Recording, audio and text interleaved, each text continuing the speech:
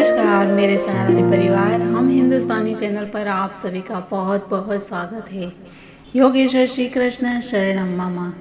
इस कड़ी में हम बात कर रहे हैं बाल कृष्ण से लेकर योगेश्वर श्री कृष्ण तक की। और इसमें हमने कल देखा कि नंद और यशोदा का पूर्व जन्म कौन सा था और कौन सी इच्छा के कारण उन्होंने इस जन्म में श्री कृष्ण के बाल लीलाओं का दर्शन प्राप्त हुआ। और आज हम जानने वाले हैं कुछ ऐसी ही बातें। तो मित्रों, वीडियो पूरा देखिएगा। और हम हिंदुस्तानी चैनल पर अगर आप नए हैं तो चैनल को सब्सक्राइब जरूर कर दीजिएगा। तो चलो देर न करते हुए हम बात शुरू करते हैं। एक बार अपनी दासी को कोई दूसरा कार्य करते देखकर माता यशोदा स्वयं दही मथने लगी। दही मंथन करते समय वे श्री कृष्ण की बाल लीलाएं गुनगुनाने और अपने पुत्र के विषय में सोच सोच कर आनंदित होने लगी। दही मथते समय उनकी साड़ी का सिरा दृढ़ता पूर्वक लिपटा था और दोनों हाथों से परिश्रम पूर्वक दही मथने के कारण दूध चूने लगा। उनके हाथ की चूड़ियां तथा कंगन एक दूसरे का स्पर्श करने के कारण रुनझुन कर रहे थे। उनके मुखमंडल पर पसीने की बूंदें थी और शीश की पुष्पमाला इधर उधर बिखर गई थी। इस अनूठे दृश्य के समक्ष भगवान श्री कृष्ण बाल रूप में प्रकट हुए। वे भूखे थे और अपनी माँ के दुलार को बढ़ाने के लिए वे चाहते थे कि माता दही मथना बंद कर दे और उन्हें संकेत किया कि माँ का पहला कार्य दूध पिलाना था और दही मथना बाद का कार्य था। यशोदा ने अपने पुत्र को गोद में उठा लिया और वे स्तनपान करा रही। जब श्री कृष्ण दूध पी रहे थे तो माता हंस हंस कर अपने पुत्र के मुख की सुंदरता निहारती थी और इसमें वह चूल्हे पर रखा हुआ दूध उबलने लगा। और दूध को गिरने से बचाने के लिए यशोदा तुरंत ही श्री कृष्ण को एक और बिठाकर चूल्हे के पास दी। माँ का द्वारा इस प्रकार छोड़े जाने के कारण श्री कृष्ण अत्यंत क्रुद्ध हुए, जिससे उनके होंठ तथा नेत्र लाल हो गए और उन्होंने अपने दांत तथा होंठ बंद कर लिए और हाथ में एक ककड़ी लेकर तुरंत मक्खन की मटकी तोड़ डाली। उन्होंने उससे मक्खन निकाल लिया और आंखों में कृत्रिम आंसू भरकर वे एकांत में जाकर मक्खन खाने लगे। इस बीच यशोदा कहाड़ी से उफनते दूध को ठीक करने पुनः मथने के स्थान पर लौट आई। उन्होंने उस टूटी मटकी को देखा जिसमें दही रखा था। चूंकि उन्हें अपना पुत्र नहीं दिखाई दिया, अतः वे समझ गई कि यह कार्य उसी का है। वे हंसने लगी और सोचने लगी कि बालक बहुत चतुर है। मटकी तोड़कर इस स्थान से माता के भय से वो चला गया। चारों ओर ढूंढने के बाद उन्होंने उसे लकड़ी के एक उल्टे रखे बड़े उखल पर बैठा पाया। वे छत से टंगे चूल्हे पर लटके एक छीके से मक्खन निकाल निकाल कर बंदरों को खिला रहे थे। उन्होंने देखा कि श्री कृष्ण अपने नटखट स्वभाव के कारण उनसे डरकर इधर उधर देख रहा है। अपने पुत्र को इस तरह व्यस्त देखकर वे चुपचाप पीछे से आई, किंतु श्री कृष्ण ने तुरंत ही देख लिया कि उनकी माता हाथ में छड़ी लेकर उनकी ओर आ रही है। अतः वे तुरंत उखल से उतरकर डर के मारे भाग चले। माता यशोदा उन श्री भगवान को पकड़ने के लिए घर के चारों कोनों में पीछा करती रही, जिन तक बड़े बड़े योगी भी ध्यान द्वारा नहीं पहुंच पाते। दूसरे शब्दों में योगिया तथा चिंतक द्वारा पकड़ में न आने वाले भगवान श्री कृष्ण यशोदा माता जैसी महान भक्त के साथ एक शिशु की भांति खेल रहे थे। किंतु माता यशोदा अपनी पतली कमर तथा भारी शरीर के कारण तेज दौड़ने वाले बालक को सरलता से न पकड़ पाई। फिर भी वे यथासंभव तेजी से उसका पीछा करने लगी।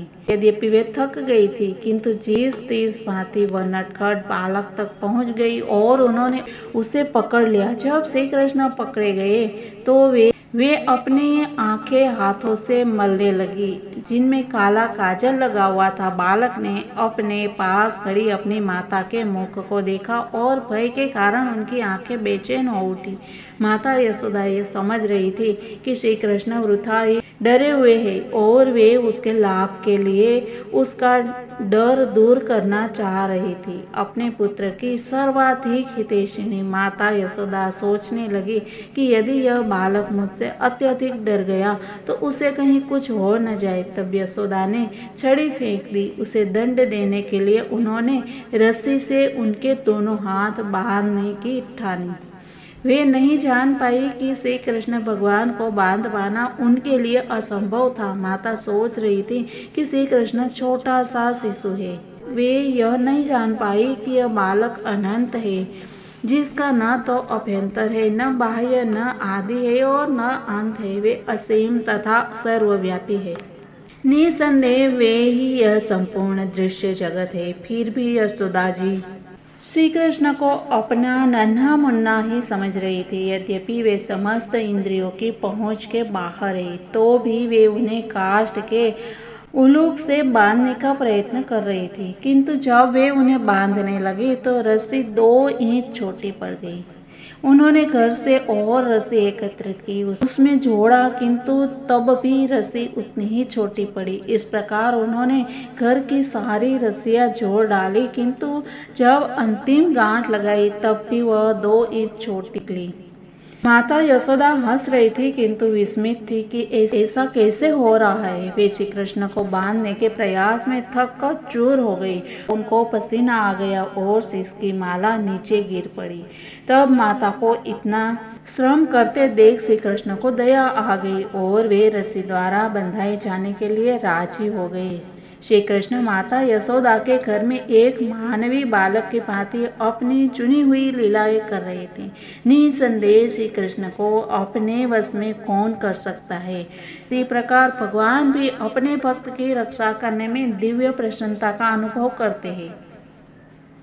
इसका प्रत्यक्ष उदाहरण श्री कृष्ण द्वारा माता यशोदा के प्रति समर्पण है। श्री कृष्ण अपने भक्तों के लिए सभी प्रकार के मुक्ति के दाता है, किंतु उन्होंने यशोदा को जो वरदान दिया उसका अनुभव ब्रह्मा जी, शिव जी या लक्ष्मी देवी तक को भी कभी नहीं हो पाया।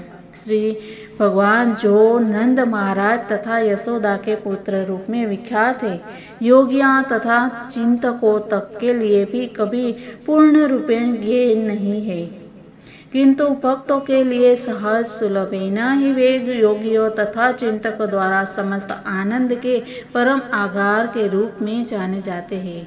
अपने पुत्र को बांध देने के बाद यशोदा गृह कार्य में लग गई। उस समय उल्लूक में बंधे हुए श्री कृष्ण ने अपने समक्ष वृक्षों की एक जोड़ी देखी, जिन्हें अर्जुन वृक्ष कहा जाता था। अतः परम आनंद कंद भगवान श्री कृष्ण ने अपने मन में विचार किया कि पहले मेरी माता ने मुझे पीने को पर्याप्त दूध नहीं दिया था, जिससे मैं दही की मटकी तोड़ दी थी और सारा मक्खन बंदरों को बांट दिया था। अब उन्होंने मुझे काष्ठ के उलूक से बांध दिया है, अतः मुझे पहले से अधिक शैतानी का कार्य करना चाहिए। अतः उन्होंने अत्यंत ऊंचे अर्जुन वृक्षों की जोड़ी को धराशायी करने का विचार किया। अर्जुन वृक्षों की इस जोड़ी के पीछे एक इतिहास है। अपने पूर्व जन्म में ये वृक्ष कुबेर के पुत्र रूप में मानव शरीर धारण करके उत्पन्न हुए थे और इनके नाम नल, कुंवर तथा मणिग्रीव थे। सौभाग्यवश इन पर भगवान की दृष्टि पड़ी। अपने पूर्व जन्म में इन्हें नारद ऋषि ने श्राप दिया था, क्योंकि ये मद में चूर होकर अपना कर्तव्य भूल गए थे। किंतु श्री नारद मुनि ने शाप के साथ वह वर भी दिया था कि श्री कृष्ण भगवान के दर्शन प्राप्त करने से उनका उद्धार हो सकेगा। और यह कथा हम कल की बातों में करेंगे। मित्रों, कल देखना मत भूलिएगा। तब तक के लिए सबको जय हिंद, वंदे मातरम, भारत माता की जय।